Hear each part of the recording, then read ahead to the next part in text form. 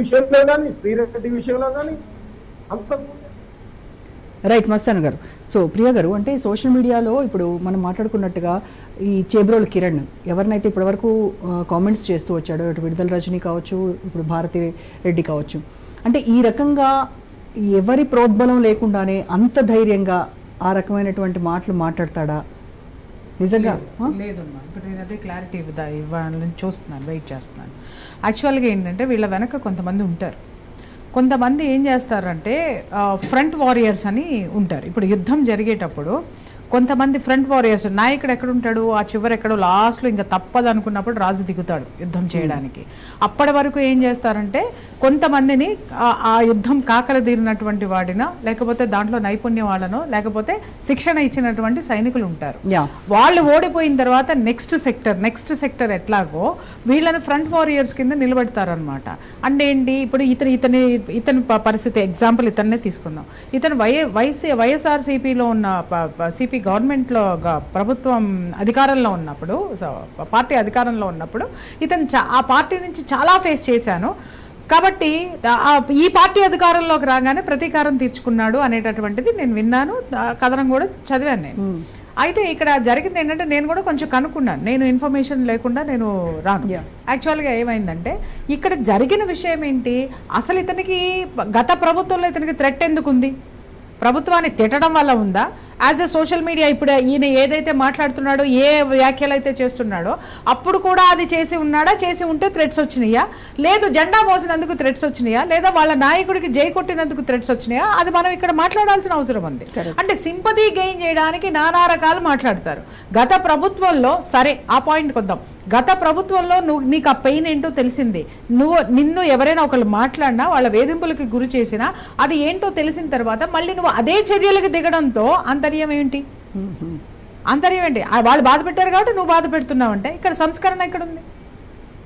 అంటే ఇక్కడ ఏమవుతుందంటే వాడు కొట్టాడు కాబట్టి నేను కొడతాను, కొట్టడం కాదు, వాడు నన్ను కొట్టాడు కాబట్టి వాడు మళ్ళీ జీవితంలో కొట్టకుండా వాడికంటే బలంగా నేను ఎలా ఎదగాలి అనేటటువంటి ఆలోచన వీళ్ళకి ఎవరికి ఉండదు, వీళ్ళకి బుర్ర పని చెయ్యదు. నిజం చెప్తున్నా, వెనక ఉండి ప్రోత్సహిస్తూ ఉంటారు. వీటికి కొంతమంది స్పెషల్గా ఉంటారు అనమాట. ఇప్పుడు సోషల్ మీడియా అనేటటువంటి వింగ్స్ ఉంటాయి, ఈ పార్టీల్లో ఉంటాయి, not only TDP, not only YSRCP, అన్నిటిల్లో సోషల్ మీడియా సెల్ ఒకటి ఉంటుంది. ఆ సెల్లో కూర్చుని ఏంటి అని అంటే వీళ్ళు ఎంత మైలేజ్ తీసుకొని వస్తే, ఎంత ఇది చేస్తే అధిష్టానం నుంచి వాళ్ళకు వస్తాయి, వీళ్ళకి రావు. ఇక్కడ బలి పశువు ఎవరంటే ఎవడైతే తొయ్యబడ్డాడో, పడి ముక్కు పగలు కొట్టుకున్నాడు, ముక్కు మొక్క ఏకం చేసుకునేటోడు వాడు. ఇక్కడ వెనక ఉన్నటువంటి వాళ్ళు ఏదైనా మనం అధికారంలో ఉన్నాం రా నువ్వు కానీ ఏం కాదు, అదే అపోజిషన్ పార్టీలో ఉంటే మన నాయకుడు చూసుకుంటాడు, రేపు పొద్దున ఆ పార్టీ అధికారంలోకి వస్తే నీకే పలానా ఉద్యోగం, నీకే పలానా సీటు, నువ్వే హోమ్ మినిస్టర్వి, లేదా నువ్వే సీఎంవి, లేకపోతే నువ్వే కార్పొరేటర్వి, నువ్వే చైర్మన్వి, నీకు ఈ కాంట్రాక్ట్లు ఆ కాంట్రాక్ట్, ఇలా విపరీతమైనటువంటి దాన్ని ఏమంటారు, మభ్యపెట్టేయడం అనేది ఉంటుంది, వాళ్ళకి ఆశ చూపించడం అనేది ఉంటుంది. సో వీళ్ళు ఏం చేస్తారంటే అధికారంలో లేనడం, అధికారం వస్తే అధికారంలో ఉంటామనుకుంటారు. ఇలాంటి వాళ్ళేమో అరే నాకేదో సీఎంఏ మావాడు మా పార్టీ అనుకుంటారు. ఇక్కడ ఇద్దరు ఆలోచించాల్సినటువంటి విషయం ఏంటంటే వీళ్ళు ఫ్రంట్ వారియర్స్, వీళ్ళకి ఏమి తగిలినా కూడా చివర్లో యుద్ధం అయిపోయిన తర్వాత వీళ్ళ గురించి ఆలోచిస్తారు. అసలు వీడు ఒకటికి ఇలాంటి పని చేస్తున్నాడు అనేది కూడా పైవాడికి తెలియదు, ఖచ్చితంగా తెలియదు. ఎంతమంది పోయారు అనేది రాజు దిగేంత వరకు కూడా రాజు లెక్క కట్టడు, వ్యూహం మీదే ఉంటాడు.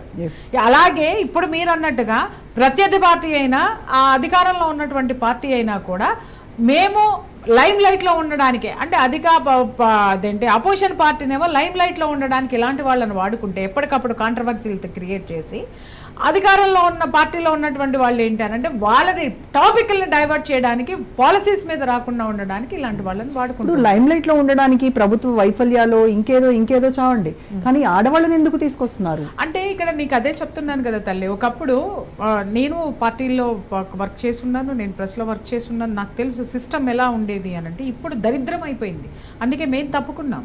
వీటన్నిటి నుంచి మేము ఎందుకు తప్పుకున్నాం అంటే ఇది ఎలా అయిపోయింది అని అంటే యుద్ధం చేయడం మానేసి వెన్నుపోట్లు పడటం. అదే అరే అంతమందితో యుద్ధం ఎందుకు రాబాయి, అంతమంది అంత ఖర్చు పెట్టడం ఎందుకు, అన్ని తలకాయలు లేవడం ఎందుకు, అటు పడుకున్నప్పుడు కత్తితో పొడి చేస్తే పోలేదో దరిద్రం పోతుంది అనుకునే దీనికి అంటే అధర్మంలోకి జనం వచ్చేసారు.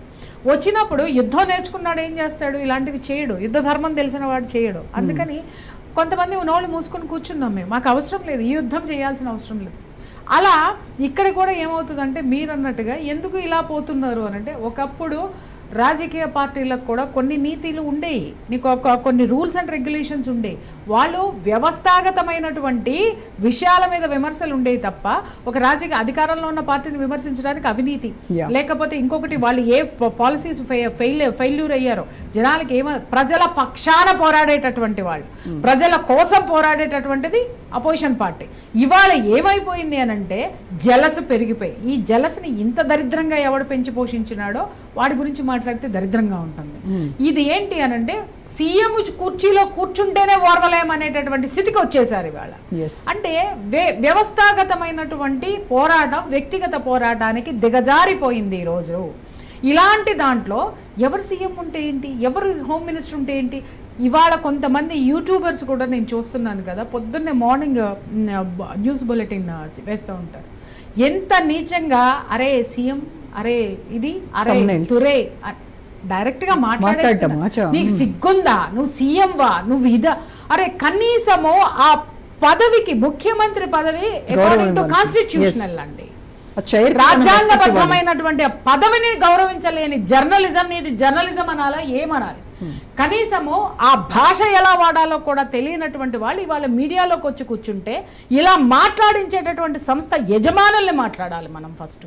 అలాగే ఏ పార్టీలో ఉండి ఇలాంటి నీచమైనటువంటి భాష మాట్లాడుతుంటే పార్టీలో నాయకులు ఊరుకుంటున్నారో నాయకుల్ని ప్రశ్నించాలి తప్ప వీళ్ళని కాదు. సంస్కరణ తేవాల్సింది ఎవరు? వాళ్ళు ఆపితే వీళ్ళు ఆగుతారు, వాళ్ళు ప్రోత్సహిస్తే వీళ్ళు ముందుకు దూకుతారు.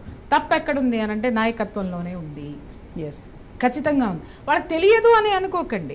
ఎప్పుడు తెలుస్తుంది అనంటే ఫలానా అప్పుడు ముదిరిన తర్వాత తెలుస్తుంది అనంటే అసలు అది జరగడానికి పోతాము. ఇక్కడ నుంచి ఇక్కడ పటిష్టమైనటువంటి పాలసీ లేకపోవడమే కదా కరెక్ట్. అక్కడ ఆ ప్రమాదాలు జరగడానికి కారణం అంటే ఇక్కడ ఫెయిల్యూర్ ఎవరిది?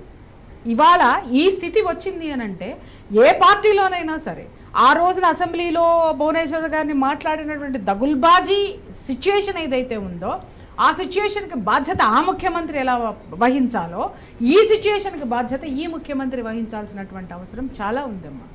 వీళ్ళు పటిష్టంగా ఆ రోజు ఆమెనంటే ఎంత బాధపడ్డారో మరి ఈ రోజు ఈమెని, ఆ రోజు ఆయన అసెంబ్లీలో కూర్చొని నవ్వాడు, మరి ఈ రోజు పెయిన్ నీకు వచ్చిందా? మరి ఆ రోజు రాలేదా? ఆ రోజు నువ్వు నవ్వావే, అదే ప్రకృతి నీకు మళ్ళీ తిరిగి ఇచ్చింది కదా. ఈ రోజు అందరూ తెలుసుకోవాల్సింది కూడా అదే. ఇవాళ మీరు ఏ విత్తనం అయితే నాటుతున్నారో అదే మొక్క వస్తుంది, అదే ఫలం వస్తుంది. మీరు ఈ బూతులు నాటితే రేపొద్దున మీ మనవాళ్ళు, మనవరాళ్ళు, మీ పిల్లలు ఎవ్వరూ కూడా ప్రశాంతమైనటువంటి తిండి తినరు, ప్రశాంతంగా నిద్రపోరు. క్యారెక్టర్లెస్ క్రీచర్స్ అన్నీ కలిసి రాజ్యం వెళ్తున్నాయా అనేటటువంటి స్థితిలో భవిష్యత్తు. చిన్నపిల్లలు ఒక చిన్న విషయం చెప్పి ముగిస్తా.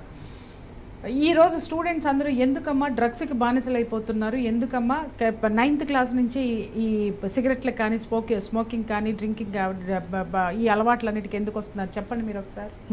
మీకు తెలుసా ఎవరికైనా? నాకు రండి, నేను చూపిస్తాను. నేను దాని మీద అనాలిసిస్ చేశాను కాబట్టి చెప్తున్నాను. వాళ్ళని కూర్చోబెట్టి కనీసం నేను ఒక 600-700 మంది స్టూడెంట్స్ తోటి మాట్లాడాను. ఎందుకు మీరు దీనికి వెళ్తున్నారంటే వాళ్ళకి వ్యవస్థ మీద కోపం, వ్యవస్థ మీద కోపం. ఏ వ్యవస్థ మీద కోపం అంటే కుటుంబ వ్యవస్థ మీద కోపం. ఏ వ్యవస్థ మీద కోపం అనంటే ప్రభుత్వం మీద కోపం. ఏంటి అంటే ఇన్ని భయంకరమైనటువంటివి జరుగుతున్నా కూడా రాజకీయ నాయకులు ఇన్ని వేల కోట్లు సంపాదించేసుకుంటుంటే అక్కడ ఒక నీతి నిజాయితీ లేదు. అలాగే కుటుంబంలో ఉన్నటువంటి కుటుంబ వ్యవస్థలో తల్లిదండ్రులకు అత్తమామలు పడరు.